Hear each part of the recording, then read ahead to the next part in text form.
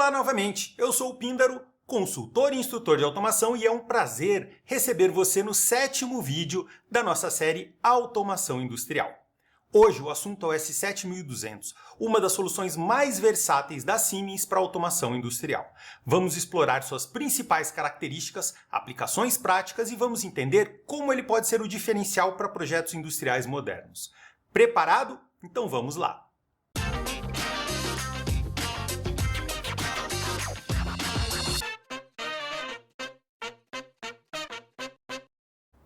As CPUs S7200 são CPUs compactas e de pequeno porte. Elas foram projetadas originalmente para atender pequenas aplicações, mas em função da capacidade de comunicação e da quantidade de memória que nós encontramos em algumas versões da CPU, elas conseguem atender inclusive aplicações de médio porte. Aqui no Naptec nós trabalhamos com duas versões dessas CPUs em nossos kits. A CPU 1212, que é a que nós estamos utilizando nesse kit aqui, é uma CPU mais compacta e com menos entradas e saídas, e a CPU 1214, que nós utilizamos nesse segundo kit.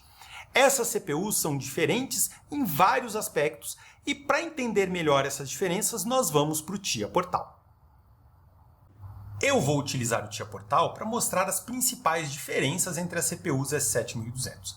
Não se preocupe se você não conhece o TIA Portal. O TIA Portal é assunto do nosso próximo vídeo aqui no canal, então não perca. Vou selecionar aqui a opção Adicionar novo dispositivo e na primeira aba central aqui eu tenho os controladores Simatic S7200. Expandindo, nós vamos ver que nós temos diversos modelos de CPU. Nós já falamos um pouquinho sobre isso lá no vídeo sobre CLPs, mas relembrando, as CPUs marcadas em azul são as CPUs convencionais, utilizadas para controle de processo. As CPUs em amarelo, elas, além de controlar processo, elas têm recursos de segurança para atender a norma NR12. E por fim, aqui abaixo, nós temos a CPU C++. C++ são as CPUs com característica de proteção contra corrosão e faixa de temperatura de operação estendida. São características especiais para ambientes mais críticos. Então, essas CPUs elas têm as propriedades C++ adicionais, revestimento anticorrosivo e faixa de operação de menos 20 até 60 graus. Todas as CPUs S7200 elas têm grau de proteção IP20. O que isso quer dizer? Um grau de proteção IP20 indica que um equipamento, uma CPU, um CLP deve operar num painel fechado. Ele é protegido basicamente contra objetos do tamanho de um dedo. Uma ferramenta consegue entrar nas ranhuras de ventilação e poderia danificar o equipamento. Então ele só pode ser instalado dentro de painéis. Nós temos aqui diversos modelos de CPU da linha 1200. Conforme nós avançamos da primeira para a última CPU, nós vamos verificar um padrão. A memória, o número de entradas e saídas e diversos outros recursos aumentam. Então, como exemplo, vamos pegar aqui a primeira CPU. Eu vou pegar aqui a última versão. Eu já falo sobre essas versões diferentes. A última versão dessa CPU tem 75K de memória. Enquanto a última versão da CPU 1217 tem 250K de memória RAM. Então a quantidade de memória aumenta progressivamente quando eu vou mudando aqui de uma CPU para outra. Se eu pegar uma CPU intermediária, por exemplo, eu tenho aqui 150K de memória. Estas CPUs elas têm versões diferentes de hardware, ou seja, a primeira versão lançada foi essa 1BD30. Foi lançada lá em 2009, quando o CLP 7200 foi lançado. Ao longo do tempo, essas CPUs foram evoluindo e incorporando novos recursos e muitas vezes tendo alguns componentes substituídos. Então, quando nós passamos de um modelo para outro, é comum nós vermos, por exemplo, memória aumentar. Observe que a primeira CPU tem 25K de memória, a segunda 30K e a terceira versão 75K. E não é um engano, é kbytes mesmo, ou seja, é uma quantidade muito pequena de memória. Kilobyte é uma memória equivalente a 1/10 de um disquete que nós utilizávamos lá no início dos anos 90. E por que um CLP tem tão pouca memória? Na verdade, internamente, ele tem uma outra área de memória, mas a área de trabalho, a área utilizada para a memória que nós vamos utilizar durante a programação é somente 75K. Essa memória é extremamente bem utilizada. Por isso, mesmo com pouca memória, muitas vezes essas CPUs atendem até aplicações de médio porte. Então, agora, para conversar um pouco mais sobre as características dessa CPU, eu vou selecionar uma dessas CPUs intermediárias, como a 1214C, e vou selecionar todas as características que nós temos aqui. Isso aqui é o catálogo da CPU que o Tia Portal disponibiliza.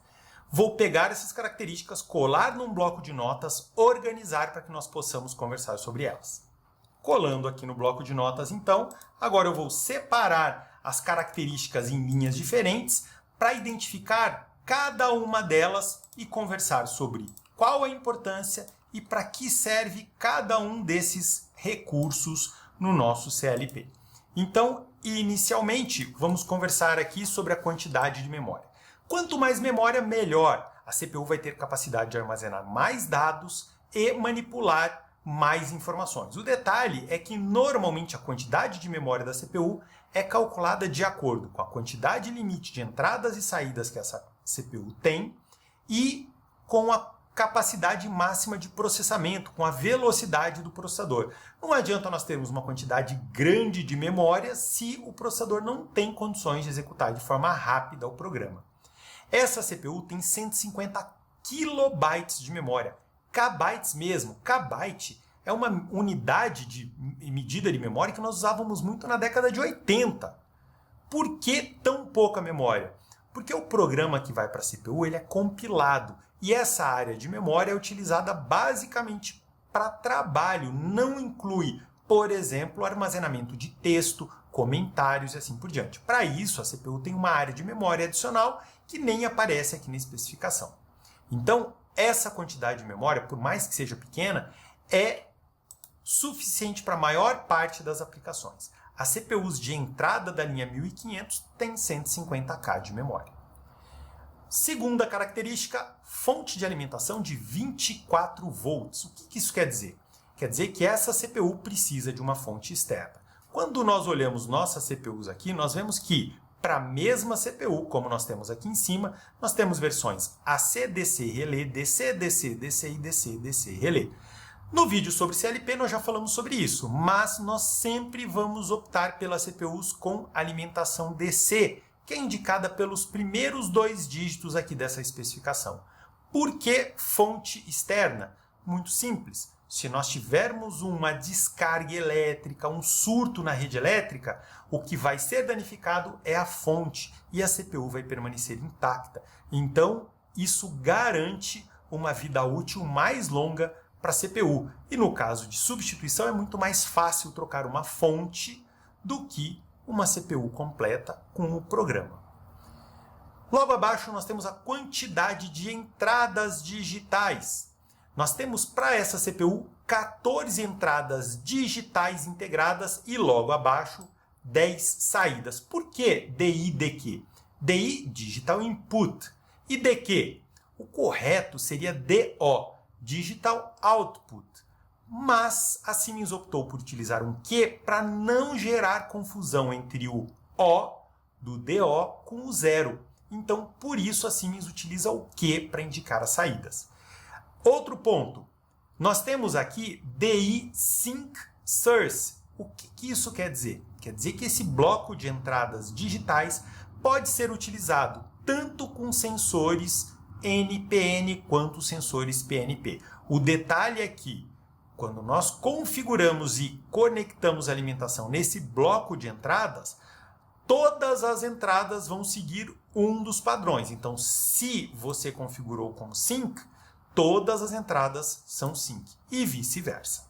Então, essa CPU conta com 14 entradas e 10 saídas integradas, digitais. Por isso, nós temos aqui a letra C. A letra C na Siemens indica que essa é uma CPU compacta, ou seja, uma CPU que tem entradas e saídas integradas. Além disso, nós temos 2 entradas analógicas integradas à CPU. Um detalhe importante que não aparece aqui, mas é muito importante saber é que essas entradas são somente 0 a 10 volts. Ou seja, se você precisar conectar um sensor aí 4 a 20 mA, você vai precisar ou de um cartão adicional ou de um conversor 4 a 20 mA para 0 a 10 volts. Essa CPU só tem entradas analógicas 0 a 10 volts. Então nós temos por padrão nessa CPU 14 entradas, 10 saídas digitais e 2 entradas analógicas. As CPUs, nós veremos mais adiante, 1215 e 1217 também contam com 2 saídas analógicas integradas. Essa CPU conta com 6 High Speed Counter. O que é um High Speed Counter? É um contador de alta velocidade. O contador de alta velocidade permite, por exemplo, a conexão de um encoder a essa CPU. Esse contador de alta velocidade permite vários modos de operação: contagem, frequência, período e, inclusive, encoders do tipo AB. O ponto é, esses dispositivos podem ter até 100 mil ciclos por segundo. Em 1 segundo, o High Speed Counter permite a contagem de 100 mil ciclos, ou seja, 100 kHz. Isso é uma característica muito interessante. Uma CPU como essa tem 6 High Speed Counters. Essa CPU custa em torno de R$ 4.000, R$ 4.500 hoje. Nós estamos no final de 2024.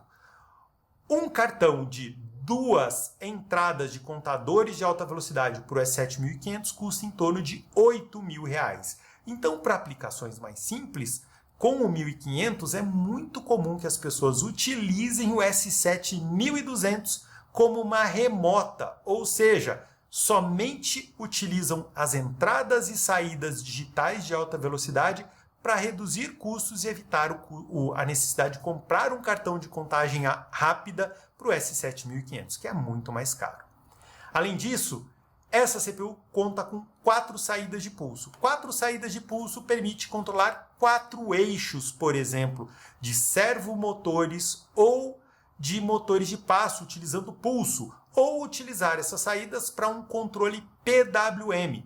Esses são recursos de tecnologia bastante avançados que estão já integrados na CPU S7200. Para a expansão da CPU, nós temos 3 opções. O Signal Board, que é um cartão que vai na frente da CPU, 3 cartões de comunicação e 8 cartões de sinal. Signal Board e cartões de comunicação nós temos em todas as CPUs.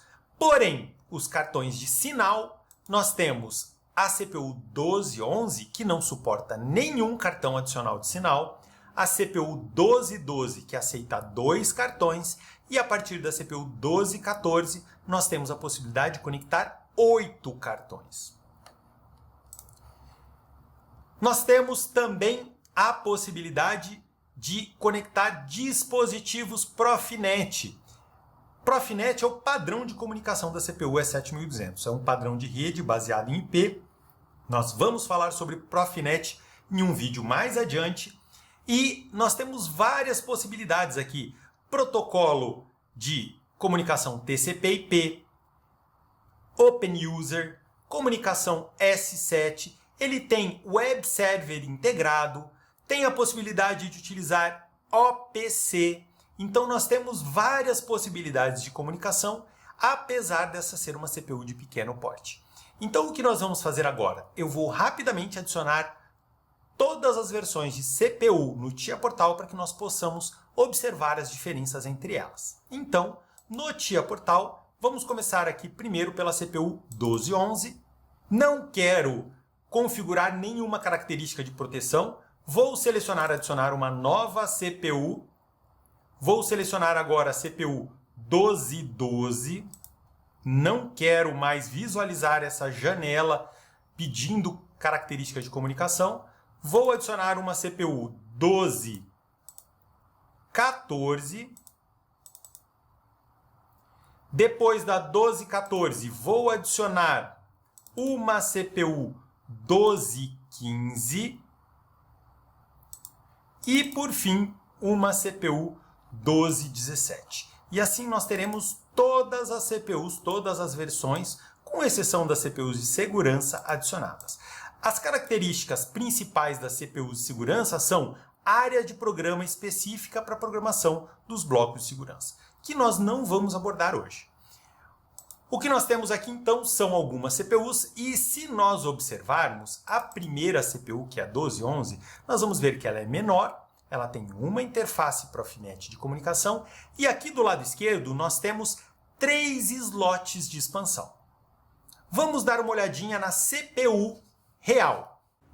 Se nós observarmos aqui a CPU E7200, nós vemos que aqui na área central nós temos a CPU, do lado esquerdo aqui eu tenho um cartão de comunicação. Observem a pinagem aqui, que vai ser encaixada na lateral da CPU. Do lado esquerdo da CPU nós colocamos cartões de comunicação. E do lado direito, nesse caso aqui, nós temos 2 cartões de sinal. Os cartões de sinal são sempre colocados à direita da CPU. Do lado esquerdo aqui nós temos um switch de 4 portas e uma fonte. Esses dispositivos eles ficam separados da CPU. Mas a CPU pode ser conectada a sempre 3 cartões de comunicação. Nesta área central, um signal board, ou um communication board, ou um battery board. Nós vamos ver daqui a pouco. E do lado direito, os cartões de sinal. Então, esta primeira versão de CPU, ela só suporta cartões de comunicação ou na área central nós podemos ter cartões de sinal, cartão de comunicação, só temos disponível 485 e uma bateria. Essa bateria pode ser adicionada ao CLP para garantir que dados retentivos permaneçam por mais tempo. Quando cai a energia dessa CPU, a Siemens garante que por 21 dias os dados importantes, marcados como retentivos, vão ser armazenados. Agora, se você precisa de mais tempo, essa bateria pode ser útil. Por exemplo, se você tem uma empresa onde a parada de manutenção demora mais de 20 dias, é interessante utilizar essa bateria para garantir que os dados que estejam armazenados aqui, como tempo de operação de motor, número de ciclos e assim por diante, não se percam. Como nós só temos um slot, ou você coloca um signal board, ou um communication board, ou um battery board. Os cartões de sinal também são limitados, com poucas entradas ou poucas saídas. Por exemplo, nós temos aqui cartão de saída analógica, nós temos somente uma saída disponível no signal board. Então, os communication, battery e signal board são cartões de comunicação ou de expansão bastante limitados. Quando nós passamos para a próxima CPU, a CPU 1212, nós observamos que a CPU é um pouquinho mais larga. Essa primeira CPU tinha 6 saídas e 4 entradas digitais. Esta CPU 1212 ela conta com 8 saídas e 6 entradas digitais. E olha só, ela tem a capacidade de aceitar 2 cartões de expansão de sinal, além do signal board, communication ou battery board e dos cartões de comunicação. Quando nós passamos para a CPU 1214, nós temos uma CPU com 14 entradas e 10 saídas digitais. Além disso, nós temos 8 slots para expansão. Então, por exemplo, se eu quiser aumentar a quantidade de entradas digitais, basta eu selecionar aqui um cartão e arrastar para o slot disponível, que nós temos mais, nesse caso, 16 entradas. Se eu quiser colocar mais 16 saídas, por exemplo, eu posso selecionar aqui 16 saídas de 24 volts ou relé e adicionar ao meu CLP. E assim sucessivamente, para entradas, saídas, analógicas, digitais e, caso eu queira cartões de comunicação, nós vamos inserir do lado esquerdo. Por exemplo, aqui, um cartão ponto a ponto RS422485, que é um cartão muito comum para comunicação Modbus RTU, por exemplo. Então, esse cartão é adicionado do lado esquerdo da CPU. Nós temos a possibilidade de conectar 3 cartões de comunicação em cada CPU 1200, além do cartão Profinet convencional. Na CPU 1215, nós vamos perceber praticamente as mesmas características. O que nós temos de diferente é, esta CPU tem mais memória, ela tem duas saídas analógicas integradas e observem aqui que nós temos duas portas Profinet. Observem que quando eu passo o mouse aqui em cima, as duas são selecionadas ao mesmo tempo. E nós temos a marcação de interface Profinet 1, ou seja, é uma única interface com duas portas. É como se fosse um mini switch integrado à CPU com duas portas. Eu posso conectar o meu CLP para fazer a programação e uma IHM. Ou, durante a operação, eu posso deixar conectado esse equipamento a uma IHM e a uma remota. Depende da situação. Mas nós temos duas portas de comunicação, isso é bastante interessante. Custo-benefício, a CPU 1214 é uma opção melhor que a 1215. Por fim, nós temos aqui a CPU 1217, que fisicamente é idêntica à 1215. O que ela tem de diferente?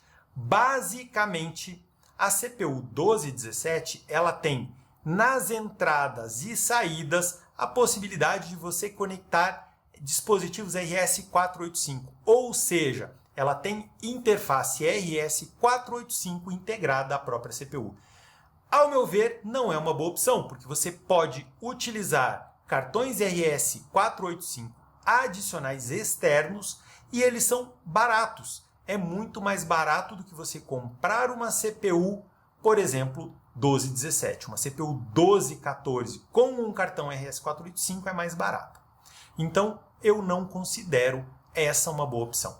Ao meu ver, a melhor opção das CPUs S7200 é a CPU 1214. Ela conta com 8 slots de expansão, uma boa quantidade de memória e atende a maior parte das aplicações. Na maior parte das aplicações que eu desenvolvi, eu utilizei CPUs 1214 pelo custo-benefício. A CPU 1212 é mais barata, porém, por ter apenas 2 slots de expansão, você fica limitado. E é muito comum, quem está na área técnica sabe, é muito comum um cliente chegar para você e falar: puxa, mas eu precisava de mais entradas analógicas, mais saídas analógicas depois que o sistema está instalado.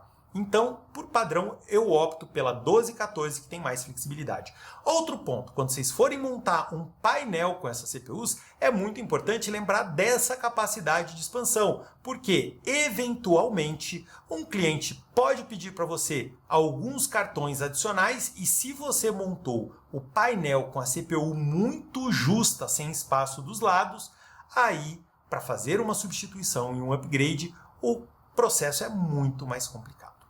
Essas CPUs foram lançadas em 2009, evoluíram e está previsto para o final de 2024 o lançamento da geração 2 das CPUs S7200. Até a data do lançamento deste vídeo, essas CPUs não foram lançadas.